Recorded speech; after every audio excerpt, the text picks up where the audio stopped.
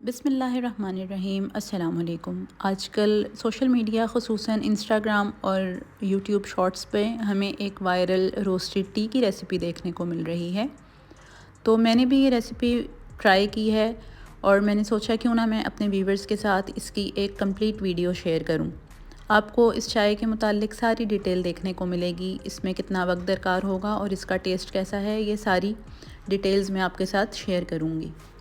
चंद एक तब्दीलियों के साथ मैंने इस चाय को 1 से 2 दफ़ा ट्राई किया है और इसका सबसे ज़्यादा बेस्ट मेथड मैं आपके साथ शेयर कर रही हूँ कि ये चाय बिल्कुल मज़ेदार और परफेक्ट बनकर तैयार होगी।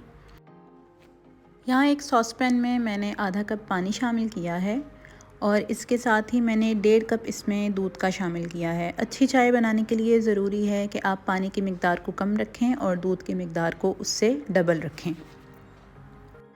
इस दूध और पानी को मैंने बॉईल करने के लिए चूल्हे पर रख दिया है। जैसे ही बॉईल आएगा हम इस दूध का चूल्हा बंद कर देंगे। एक दूसरे सॉस पैन में मैंने 1 खाने का बड़ा चम्मच पत्ती का लिया है और उसमें 2 चम्मच या अपने जायके के मुताबिक आप इसमें चीनी शामिल कर लेंगे। साथ ही 1 इलायची खोल के वो भी मैंने इसमें शामिल कर दी है। इस स्टेज पर जब आप ये तमाम अज्जा पैन में शामिल कर देंगे तो आप इसका चूल्हा ऑन कीजिएगा, वरना अगर आप पहले से चूल्हा ऑन करेंगे और आपका पैन गर्म होगा तो पत्ती जलने का ख़दशा है।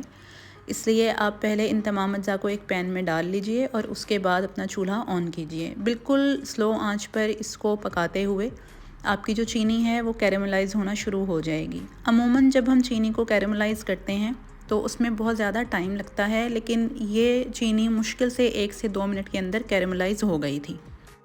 चीनी को कैरेमलाइज़ होने के बाद हमें इसको पकाना नहीं है, वरना ये जल जाएगी और इसका टेस्ट ख़राब हो जाएगा। जैसे ही चीनी पिघल जाएगी, कैरेमलाइज़ हो गई, हमें फ़ौरन इसमें जो दूध हमने बॉईल करके रखा था वो इसमें हम शामिल कर देंगे। मैंने जितनी रेसिपीज़ देखी हैं उसमें किसी में भी दूध बॉईल किया हुआ शामिल नहीं किया और ना ही पानी उन्होंने उबाल के शामिल किया है। मैंने पानी को और दूध को पहले इसलिए उबाल लिया था क्योंकि कच्चे पानी को जब हम चाय में शामिल करते हैं तो उसका टेस्ट अच्छा नहीं लगता।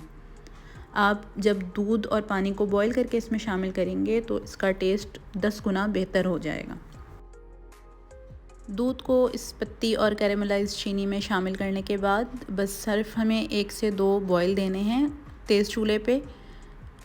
जैसे ही 1 से 2 बॉईल आएंगे हमारी ये चाय बनकर तैयार हो जाएगी।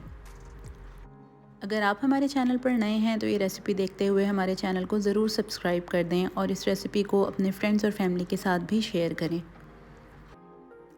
दूध और पत्ती की इस क्वांटिटी में हमारे पास 2 छोटे कप और 1 बड़ा मग चाय का बनकर तैयार हुआ था। आप अपनी क्वांटिटी के हिसाब से इसको कम या ज़्यादा मिकदार में बना सकते हैं।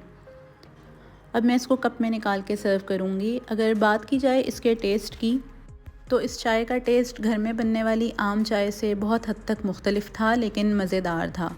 अगर इसका कंपैरिजन ढाबों वाली चाय या पठान के होटल की जो चाय होती है उसके साथ करें तो उस जैसी तो नहीं थी, लेकिन जो इंग्लिश कैफ़ेज़ में हमें कड़क चाय के नाम से चाय मिलती है और इवन मिडल ईस्ट में भी हमें ये वाली चाय अक्सर कैफ़ेज़ में पीने को मिलती है, इसका टेस्ट उन कैफ़ेज़ वाली चाय से मिलता जुलता था। तो अगर आपने भी ये चाय अभी तक ट्राई नहीं की है, इसको ज़रूर बनाइए और हमें अपने फ़ीडबैक से भी आगाह कीजिए। अल्लाह हाफ़िज़।